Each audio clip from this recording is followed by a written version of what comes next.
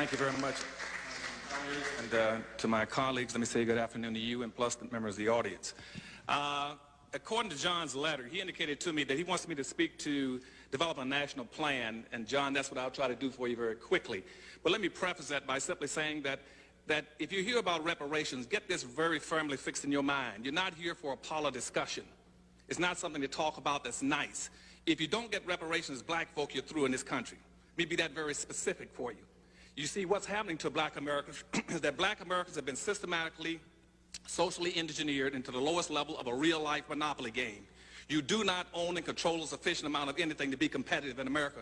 And you've been marginalized now for 400 years. You're getting ready to be buried. You can get buried under at least a whole broad groups of ambiguous groupings. That's everything from culture groups, language groups, and gender groups. You're going down. It's no longer an issue. You better get reparations and get it fast. Now, to get reparations, one of the things I've been trying to do now for 30 years, beginning with the state of Florida when Governor Reuben Askew put me over education when they had no blacks in politics in Florida, was to write the first affirmative action plan in the United States, and that was written to be reparations for black folk in 1971. And George Bush Jr., I guess, what's his name, Jed Bush just killed it off about 6 months ago.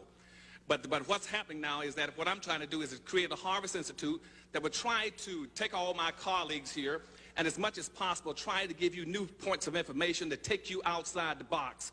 Part of the problem we got in trying to deal with reparations, a lot of the other racial issues in the country, is that we keep trying to think and find solutions inside the box. There are no solutions inside the box for black folk. You got to get outside and try to find them and get a long-term perspective and a long view on it.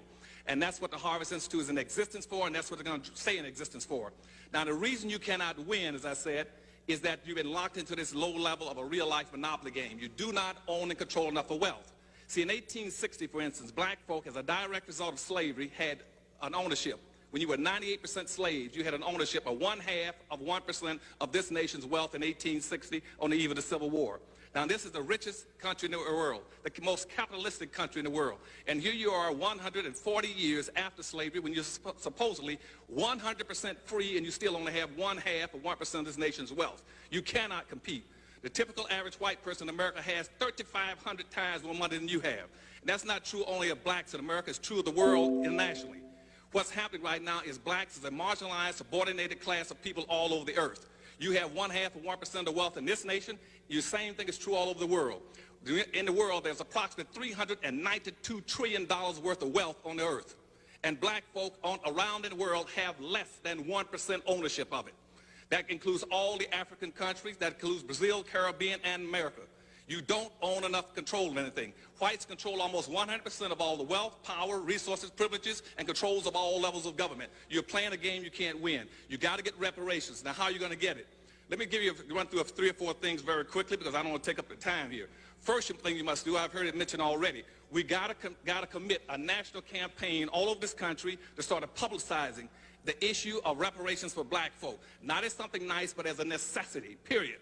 That means every living soul, every organization, every corps, every institution in this country must begin to start promoting reparations for black folk all over this country. That's level 1, is a massive, massive promotion of reparations for black folk.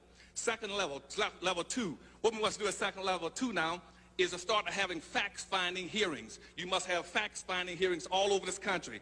And you're going to have facts-finding hearings on at least 2 different levels. One is you're going to go after facts-finding about what roles governments have played in the reparations, in the slavery trade against black folk, and the enslavement of black folk, the marginalization of black folk.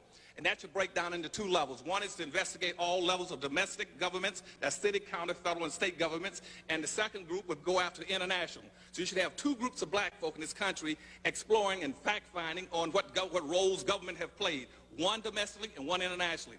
On the left-hand side, you should be doing the same thing for the domestic side. You should be going after the private sector. You should be going after all the private corporations in the United States, what roles they played and how they benefited directly from slavery. And also, on the same side, you must go after all the international corporations and the roles they played and how they benefited. Now, the Harvest Institute right now, my think tank, we've already picked up one. We put out a press release on that. We're going after domestic role that major corporations played in the United States. We've already identified approximately 240 companies that are still in existence that profiteer directly and enrich themselves off of black folk. We're going after that. And what we have to do in our fact finding is be able to factuate, document. There are direct line between how blacks have been crippled all the way up to economically, politically, socially, and educationally, and tied into these major corporations or tied into levels of government. That's your level 2. Level 3, you must then start having a national convention in this country. And right now, I think Dorothy Tillman in Chicago is already, we talked about this. She's going to try to call one in Chicago this coming year. We must have everybody who's playing a role, like Congressman Conyers and everybody from the Congress and Cobra, everybody should be at a national convention where we all come in there to not only energize each other, but to share information, see where we are. They're trying to set that up for this coming February, someplace in the United States, possibly Chicago. That's your 3rd level. The 4th level you should start doing is trying to get into, out of this conference should come strategies and plans and a specific role model. You got to have a model that every black can tie into, a model for reparations. Now, my model's a little different from everyone else's, and that's because I'm outside the box. I'm trying to pull everybody else outside if I can get them. Now, most people are going to try to follow the Jewish reparations model or the Japanese model. I'm following the Indian model. The Indians are the most appropriate model if you want to track down, do anything to get reparations of black folk. Why? Because you see, only American Indians and black folk were spelled out in the Constitution. The Indians on reservations and black folk, there's a direct lineage between those two groups. And if you really want to track and get reparations, the easiest and quickest way is to go find out what happened to American Indians, what benefits they got, and track it. In my new book called Power Numbers, it takes you through every one of those steps. You can follow it. If you pick that up, you can come right to reparations very quickly, because it'll be very difficult for the government to deny black folk for the same thing they're giving the Indians. So when you hear people talking about how bad off Indians are, first thing you say, fine, if Indians that bad off, put us as black folk in the same status with the Indians. We'll take that. Because see, right, what Indians got, see, first of all, nobody declared Indians to be a nation. Indians declared themselves to be a nation. They declared themselves to be a nation all the way up to about 1832 when Supreme Court Justice Marshall said, okay, I'll recognize you as a nation. We never declared ourselves to be a nation. We've always tried to do just the opposite of what the Indians did. Once they became a nation, they drew up a constitution for themselves. We never had a constitution. And what the Indians did with that constitution is then to go to the United States government and say, we do not want to integrate. We did just the opposite. We integrated. And I can track everything right down, or we can follow the Indian model if you want to. And you can see, and all that's already built into the law, and there's a direct lineage between American Indians and black folk that you can follow very easily and get to reparations. But we need to have a model.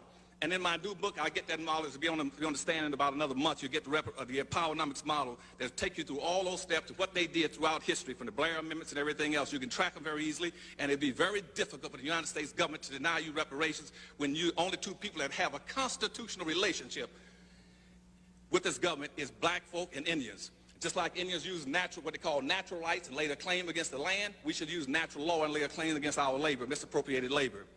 The next level what you must do is move to a legal step. You need to form at the 4th level, get you a legal body right now, whether it's going to be pro bono or paid. And out of our convention, we should be able to raise some funds to set up a mass legal body that'll be ready to start serving suits based on those facts that you're going to find at the 2nd level.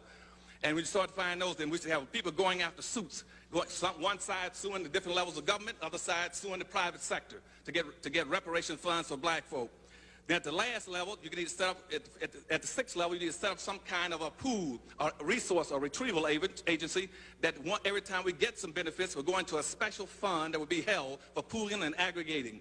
Now, then out of that special agency, we break away into 2 groups, what I would recommend. One, you would have an economic development bank on the East Coast and an economic development bank on the West Coast.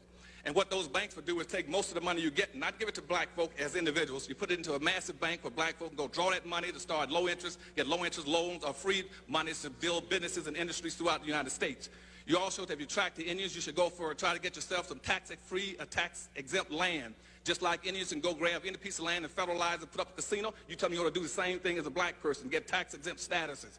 We can go on and on. Well, there's a lot of things we can track. Go after the Indians. But the thing that's most important, I'm going to quit, is that you got to understand that reparations are an absolute necessity. We're going to get buried alive. We do not have enough to be able to compete in this society. And the further we get away from the civil rights movement, the worse things are going to get. And when people start talking about slavery, don't just talk about slavery. Talk about Jim Crow slavery and benign neglect. You got to understand what slavery was. Slavery is the illegitimate child of racism. Racism still exists. That's slavery. Because what racism does, racism keeps and maintains what was created by slavery. Now, racism is a competitive economic struggle between groups of people for power and wealth.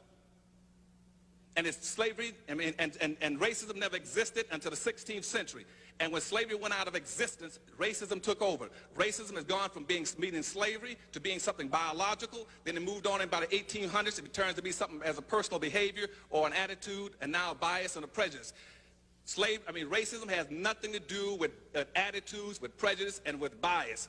Racism is a competitive group contest between people for race, resources, and for superiority.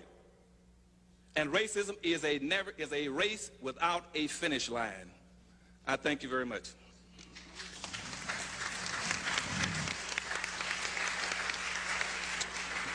Do we have a panel here or what? I mean, let's give him another round of applause.